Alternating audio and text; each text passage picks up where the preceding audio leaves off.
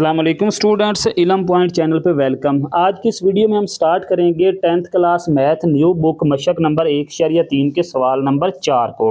सवाल नंबर 4 की स्टेटमेंट सुन लें। अगर z = 4 - 3 आयोटा के हो तो तस्दीक कीजिए कि z का मॉडुलस है, ये इक्वल आना चाहिए -z मॉडुलस के, इक्वल आना चाहिए z डबल कॉन्जुगेट के मॉडुलस के, इक्वल आना चाहिए जी कॉन्जुगेट के मॉडुलस के।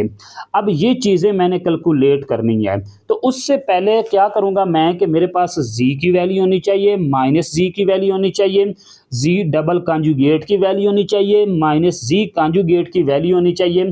तो इन सब की वैल्यू को मैं यूज़ करके इसका मॉडुलस कैलकुलेट करता जाऊँगा। तो इस साइड पे मैंने सबसे पहले इन 4 की जो है ना वो वैल्यू कैलकुलेट की है। तो z की वैल्यू मेरे पास क्या थी, 4 - 3 आयोटा। तो ये तो मेरे पास z की वैल्यू आ गई 4 - 3 आयोटा। आगे -g की वैल्यू मुझे चाहिए थी, मैं दोनों साइड पे माइनस को मल्टीप्लाई कर दूंगा। क्या करेंगे, दोनों साइड पे माइनस को मल्टीप्लाई कर देंगे। तो ये बन गया -g और इसको भी माइनस से मल्टीप्लाई कर दिया, तो ये माइनस इन दोनों के साइन चेंज कर देगी। ये 4 माइनस का हो गया, 3 आयोटा प्लस का हो गया, तो ये -g की वैल्यू भी आ गई। अब मुझे क्या चाहिए, z का डबल कॉन्जुगेट चाहिए। तो मैं इस z की वैल्यू का ना 2 टाइम कॉन्जुगेट ले लूँगा। यहाँ पे फर्स्ट टाइम कॉन्जुगेट लिया है, यहाँ पे सेकंड टाइम कॉन्जुगेट लिया है, तो ये मेरे पास z डबल कॉन्जुगेट की वैल्यू आ गई। क्लियर।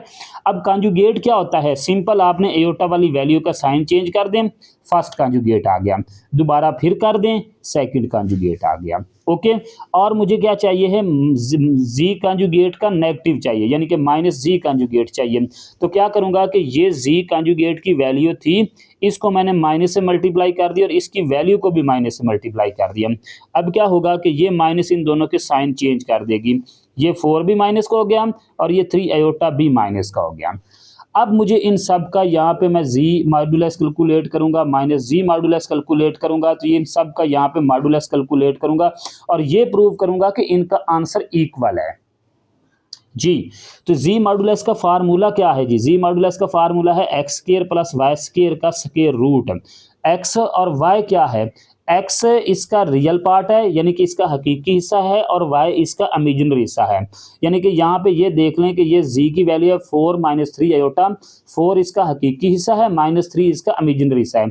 तो क्या करूँगा, मैंने यहाँ पे z का मॉडुलस कैलकुलेट करना है, तो 4 का स्क्वायर प्लस -3 का स्क्वायर।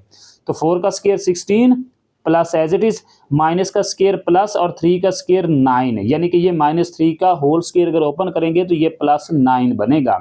ये माइनस इस स्क्वायर की वजह से खत्म हो जाएगी। तो 16 में 9 ऐड करें तो डे 25।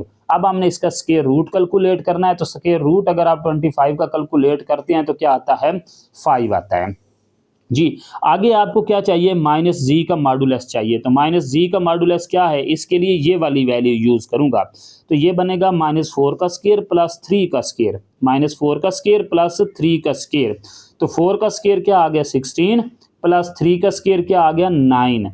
तो इन दोनों को ऐड करें तो 25 का स्क्वायर रूट लें 5 आ गया। क्लियर। अब जी डबल कॉन्जुगेट का मॉडुलस कैलकुलेट करना है, तो जी डबल कॉन्जुगेट की वैल्यू क्या है, ये है 4 - 3 आयोटा। तो क्या बनेगा, 4 का स्क्वायर प्लस -3 आयोटा का स्क्वायर। 4 का स्क्वायर ओपन करें 16 प्लस -3 का स्क्वायर ओपन करें 9, इन दोनों को ऐड करें तो 25 का स्क्वायर रूट कैलकुलेट करें कैलकुलेटर से, तो क्या आ गया 5 आ गया। ओके जी। जी आगे है जी -g का कॉन्जुगेट, ये फाइंड करना है। तो -g कॉन्जुगेट के लिए ये वाली वैल्यू यूज करेंगे, तो ये क्या बनेगा, -4 इसका हकीकी हिस्सा है, -3 इसका इमेजिनरी हिस्सा है, यानी कि ये बनेगा -4 का स्क्वायर प्लस -3 का स्क्वायर। तो -4 का स्क्वायर 16 प्लस 3 का स्क्वायर 9, -3 का स्क्वायर 9, इनको ऐड किया 25। तो 25 का स्क्वायर रूट लें 5। अब ये देखें जी कॉन्जुगेट का आंसर, जी मॉडुलस का आंसर 5, -g मॉडुलस का आंसर 5, डबल कॉन्जुगेट का आंसर 5, -g कॉन्जुगेट का मॉडुलस का आंसर भी 5, सब का आंसर 5 आ रहा है। साबित हुआ कि जी मॉडुलस इक्वल है -g मॉडुलस इक्वल है जी डबल कॉन्जुगेट मॉडुलस इक्वल है -g कॉन्जुगेट के मॉडुलस के। ये साबित करना था, वो हमने कर दिया। आप लोगों से एक गुजारिश है कि चैनल को सब्सक्राइब कर दें।